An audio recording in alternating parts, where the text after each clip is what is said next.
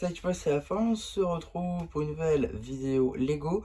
Aujourd'hui, théorie Ninjago Dragon Ring saison 3. Pour, on va dire, se mettre dans le contexte, on est aujourd'hui le 16 avril. Demain sort l'épisode 3, 4 et 5 en français. Il faut attendre un peu encore pour les épisodes 6 à 10, pardon.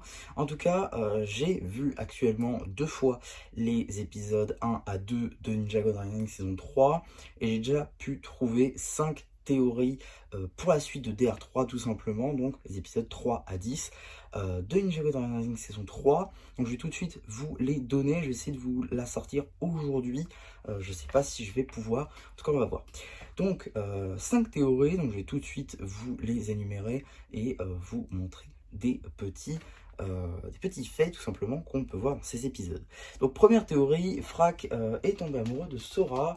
On le voit donc dans l'épisode 1 il me semble, lorsque Sora s'essaie au hobby pardon, de Arin et donc qui essaie de faire des tartes, et ben elle n'y arrive pas. Donc Frack est avec elle et Zane s'incruste euh, dans la discussion et il dit qu'il n'arrive pas à trouver la personne la plus séduisante de l'équipe, soit Pixel selon lui, sauf que selon Frack, visiblement, ça a l'air d'être Sora. Et il a vite fait éclipser la question. Donc voilà, je pense que Frack est amoureux de Sora, on va voir. Alors juste, j'espère, très honnêtement, j'espère, parce que la question d'amour avec Sora est revenue beaucoup de fois dans les 2 épisodes. J'espère juste que ça va pas devenir le personnage sur lequel tout le monde tombe amoureux, parce que ce serait un peu dommage en vrai de gâcher le personnage. Sora a une histoire, je trouve, assez intéressante. C'est vraiment dommage que ça rime à ça, en fait, le personnage. En tout cas, deuxième théorie, les ninjas marchent sur les traces de Maître Wu. Donc ça, c'est vraiment sûr au final, parce qu'on le voit depuis quelques saisons, c'est pas propre à DR3. Dans DR3, pour le coup, on voit que les ninjas arrivent dans un royaume un peu de montagne, on va dire. Et je sais pas si vous avez vu, hein, mais moi les montagnes elles me font beaucoup penser à Ninjago Dragon Rising saison 1, cette fois-ci épisode 9, paix intérieure, dans lequel pardon, on voit Lloyd s'entraîner avec Maître Wu lorsqu'il est encore eh bien, enfant, donc pendant la saison 2 quoi. Et c'est les mêmes montagnes. Alors je sais pas s'ils ont repris le modèle ou si c'est fait exprès, mais en tout cas c'est les mêmes montagnes. Sauf que là cette fois-ci il fait beau. Donc voilà, je vous mettrai un petit parallèle au montage. Mais ouais, globalement, c'est les mêmes montagnes. Donc, est-ce que c'est fait exprès que les ninjas marchent là où Wu est allé? C'est comme par exemple le tournoi des sources. Les ninjas sont allés à la chute, le sanctuaire de la roche du dragon. Euh, donc, c'est un set Ninjago Dragon Rising saison 2. Ils sont allés là-bas, c'est la porte du tournoi des sources. Et bizarrement, Wu s'entraînait là-bas, ou en tout cas était sur le flashback avec Banzel, avec Scolette, ça se passe là-bas. Donc voilà, là encore, les ninjas marchent là où Wu a marché, ce qui est un petit peu bizarre pour le coup, je trouve. Mais bon, peut-être ce sera expliqué un petit peu après, mais voilà. Comment les draconiques deviennent méchants? C'est vrai qu'on a vu les draconiques pour le coup dans Dragon Ring saison 3, en tout cas dans le deuxième épisode. On a vu Tyr, on a vu également donc les autres draconiens. On sait également que les scouts du coup sont canons. Mais tout ça pour dire que on comprend pas comment ils peuvent être méchants. Ils sont ultra gentils, ils ont aidé les ninjas, ils les ont accueillis, ils les ont aidés à manger, pardon.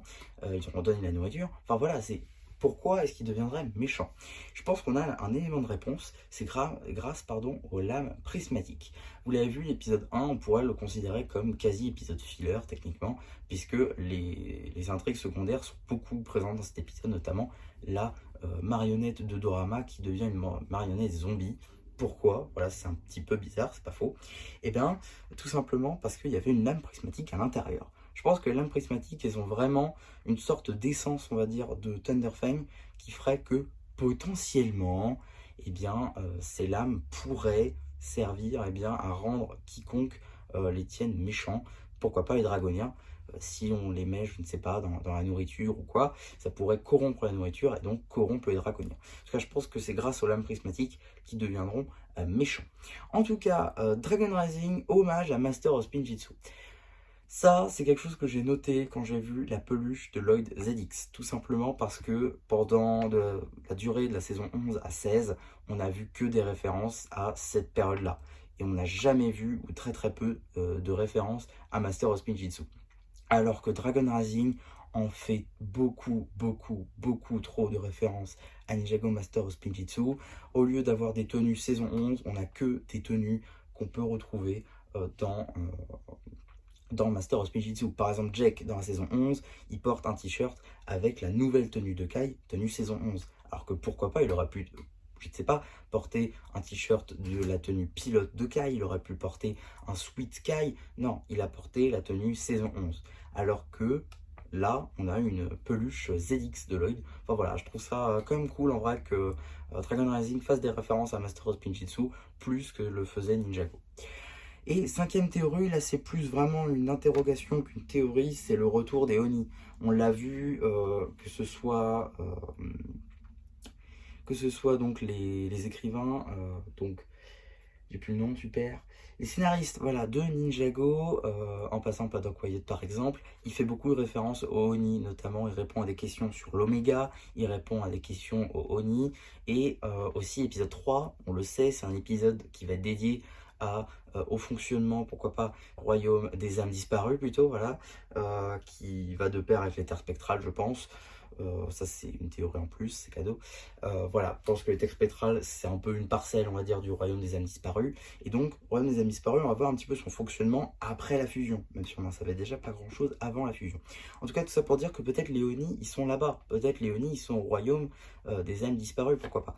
Donc voilà, pour moi je pense que on a recité les Oni. Il y a moyen qu'on revoie peut-être la forme Oni de Lloyd également, ça peut être aussi très intéressant. Mais surtout, je pense qu'on reverra les Oni, puisque les draconiques ont l'air de dire que pourquoi est-ce que. Enfin, pourquoi ils chasseraient Harin parce qu'il ressemble à un Oni s'ils savent que les Oni ont disparu, tu vois. C'est un petit peu bizarre.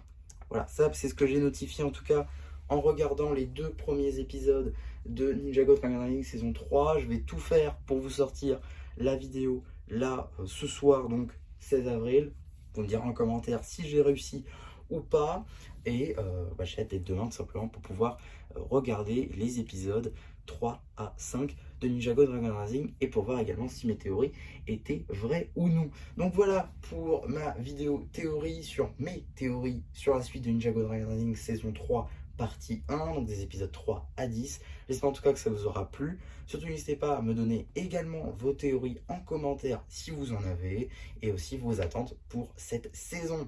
En tout cas, c'était Amcharapu qui vous dit bye bye.